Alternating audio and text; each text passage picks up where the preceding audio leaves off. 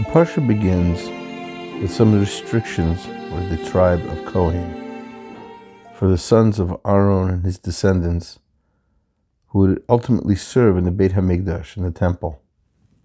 Amongst those restrictions is that a Kohen cannot serve in the temple if he has any of these certain blemishes that are mentioned, whether they're seen or unseen, whether he's born with them or whether they occur later in life. And some of these unusual physical features include not having a bridge on their nose, or having a broken arm or leg, having unusually long eyebrows. And the question is why? Why are they restricted from doing this service?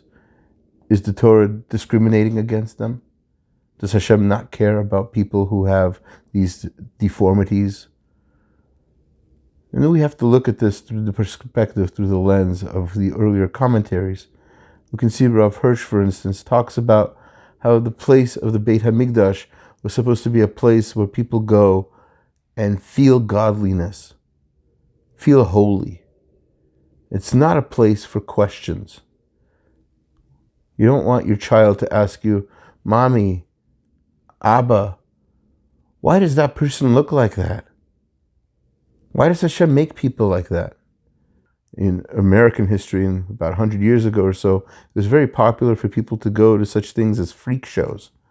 The freak shows were places where they would have people with unusual physical features, and they would display them. It would be like a museum of different people. And there would be mustached women, there would be conjoined twins, there would be people of different sizes and shapes.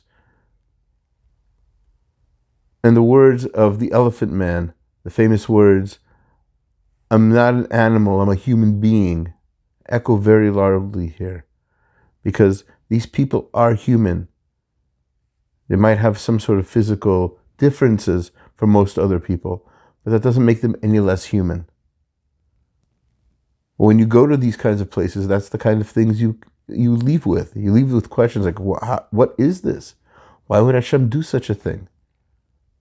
There are places for those kinds of questions, and the Beit HaMikdash is a place of emunah. It's a place of faith. It's not a place for those kinds of questions. We're supposed to see the ultimate good that Hashem can create, the ultimate beauty and connection that He can create with us, that we're supposed to be creating with Him. We don't suppress questions. Just recently this week, somebody asked me a question about kashrut, and at the end of his question he said, "If I may ask." And I said, listen, there's no such thing as "if I may ask." In Judaism, you can ask anything, about anything, but in the right time and place. There's a right time and place for every question.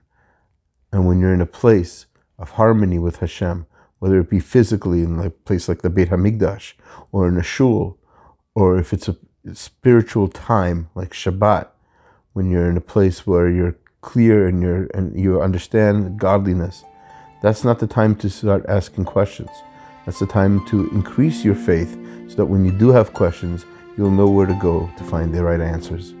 Shabbat Shalom.